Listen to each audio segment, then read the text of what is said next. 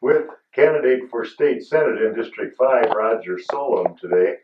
Roger, it started out earlier this year. You probably had made up your mind not to run for senate, and now you're running. What came about? Well, the way it stood is I was termed out after this past legislative session, and Senator Holeen essentially was running 2 years behind me. So, for a long time I had told the senator that I would never set him up for a primary, and that was my intent. So all the way through this past legislative session, I said, no, I'm not running for Senate, even though I had a lot of encouragement. As it worked out, the senator withdrew his nominating petitions, which left the Senate seat open. And so my decision-making process happened very quickly. So went through the process, took out the petitions, and I, with two new representatives coming into the House, it's very, very important for even District 5 or any other legislative district to have some experienced leadership out in Pierre. And so that's why I made the decision to run for the Senate this go-around. It's kind of a rough legislative session, Roger. I think we all know that, especially in that area, in that education bill. You took some heat and critics who said you maybe shouldn't have even voted on that, and then further, you shouldn't have even voted on the amendment that added the vocational school dollars. What do you make of that? Well, if you want to take the 10,000-foot look at our legislature, we have a citizen legislature. That means that we have people from all walks of life that come in, they run for office, they get elected either as a senator or a representative. And so they could be farmers or ranchers or bakers or healthcare workers, and we all come together for the common goal of making South Dakota a better place. Now, I would challenge every legislator, senator, or representative that at some point during their legislative career, they've had to take a vote that would or could be constituted as a conflict of interest. Okay, so even if you look at House Bill 1182, the big picture was an education funding bill or teacher funding bill. The other part of House Bill 1182 was property tax reduction. Well, if we're looking at property or a conflict of interest, then none of the legislators should have voted on that bill because it benefited every one of them, whether it's property tax relief on ag land or commercial property or even on your residence. And so there is the rub. Personally, I studied that, I toiled over it, and I was looking out for the betterment of all. It essentially started out with the Blue Ribbon Task Force, and they studied K-12 teacher funding. Nowhere were the tech schools included in that discussion. However, we do fall under K-12. We essentially answer to the Watertown School Board. Why didn't tech school teachers fall in there? I don't know that answer.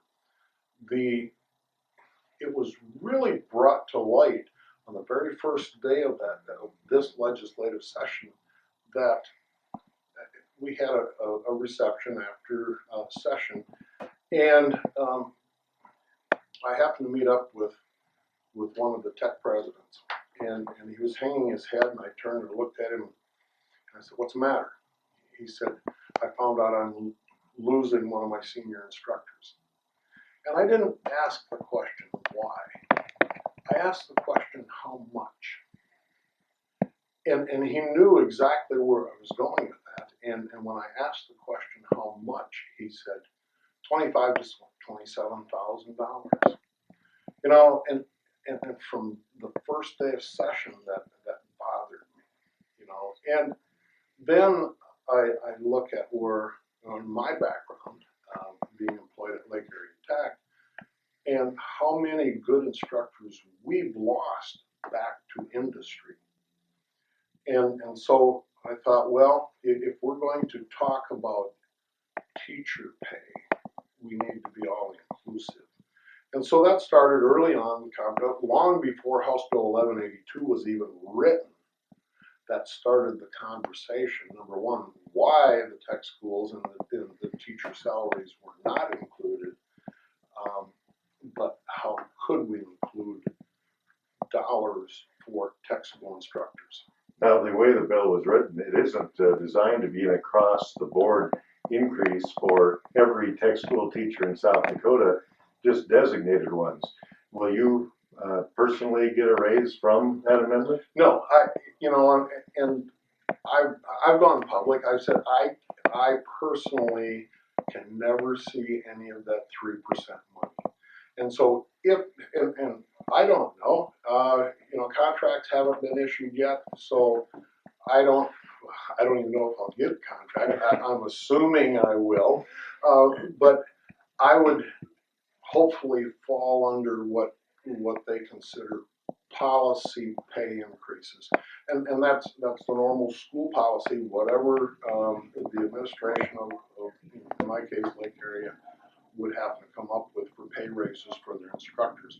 However, if and like you had mentioned, Bob, that the bill was written and specifically says competitive salaries, and that's to help, like the tech president that I spoke with, help him retain some of his senior instructors that they lose to industry because industry's paying that much more. And so that was part of my thought process.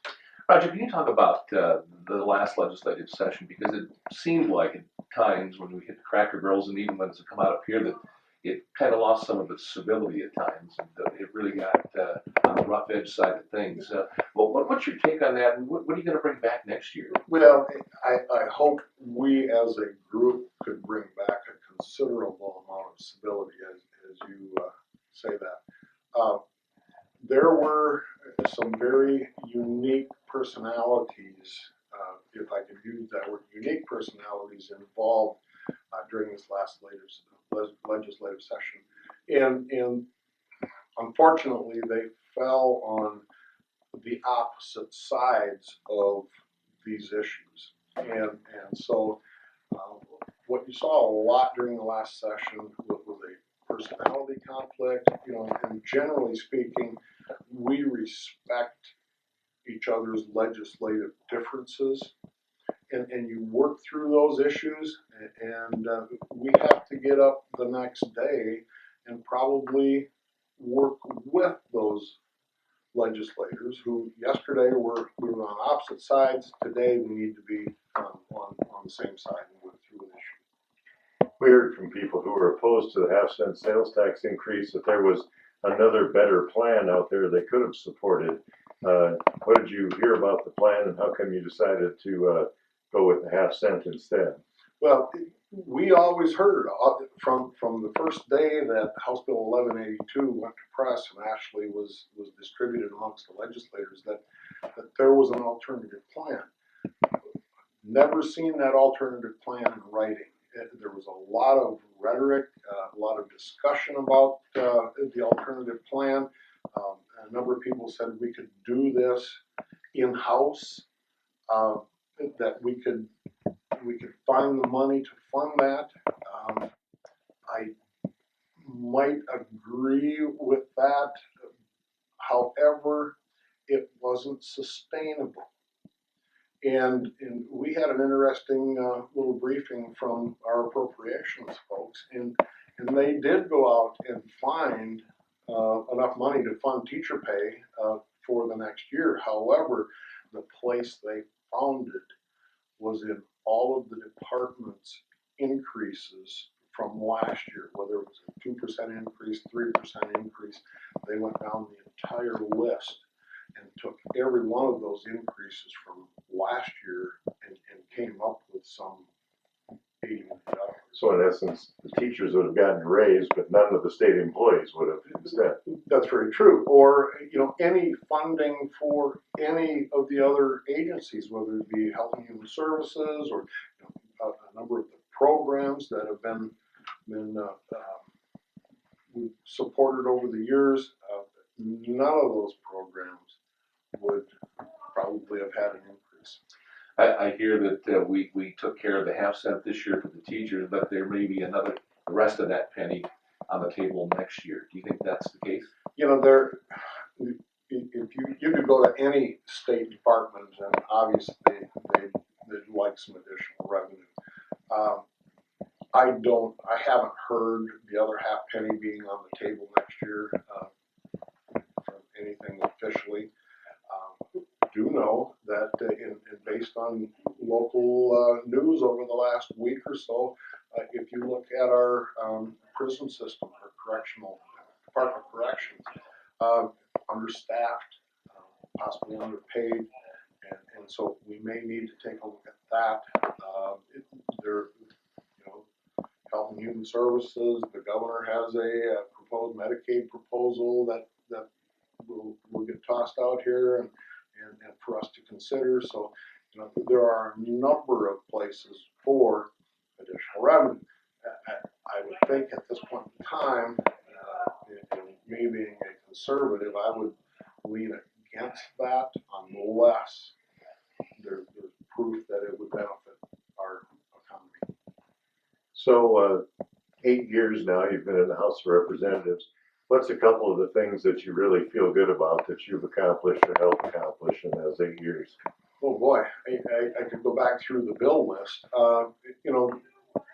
With my work at Lake Area Tech, I'm involved in the energy industry, and so I've been the go-to guy for wind energy development. The rural electric co-ops have come to me and asked me to help them work through whether it be tax issues or regulation issues.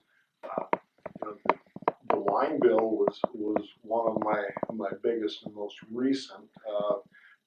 I chaired the summer study, and some people may not think that's important. Others thought it was quite important. And now we have the ability for that winery in California to ship straight to your home.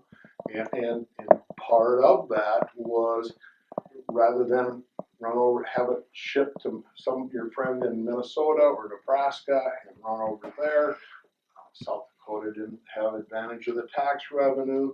We built that all in to make sure that if wine got shipped to your home, that South Dakota would get its piece of revenue as well. Weren't there some benefits for the local farm wineries in South Dakota in that bill too, allowing them to do more shipping? Well, the farm wineries, we had talked about a couple of years ago, the local, I would call spirits distilling folks, could never self-distribute.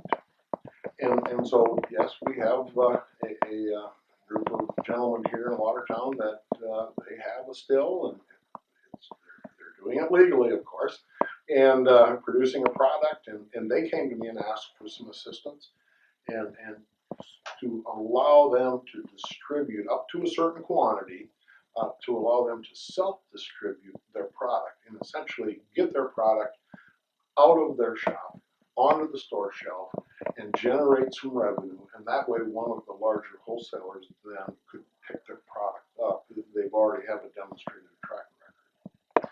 So what would you want voters to come away with, Roger, right now in letting you go back again? Well, I think one of the biggest things, David, is experience. I already know where the restroom is at and the coffee pot. That was a couple of very first important things that need to be taken care of.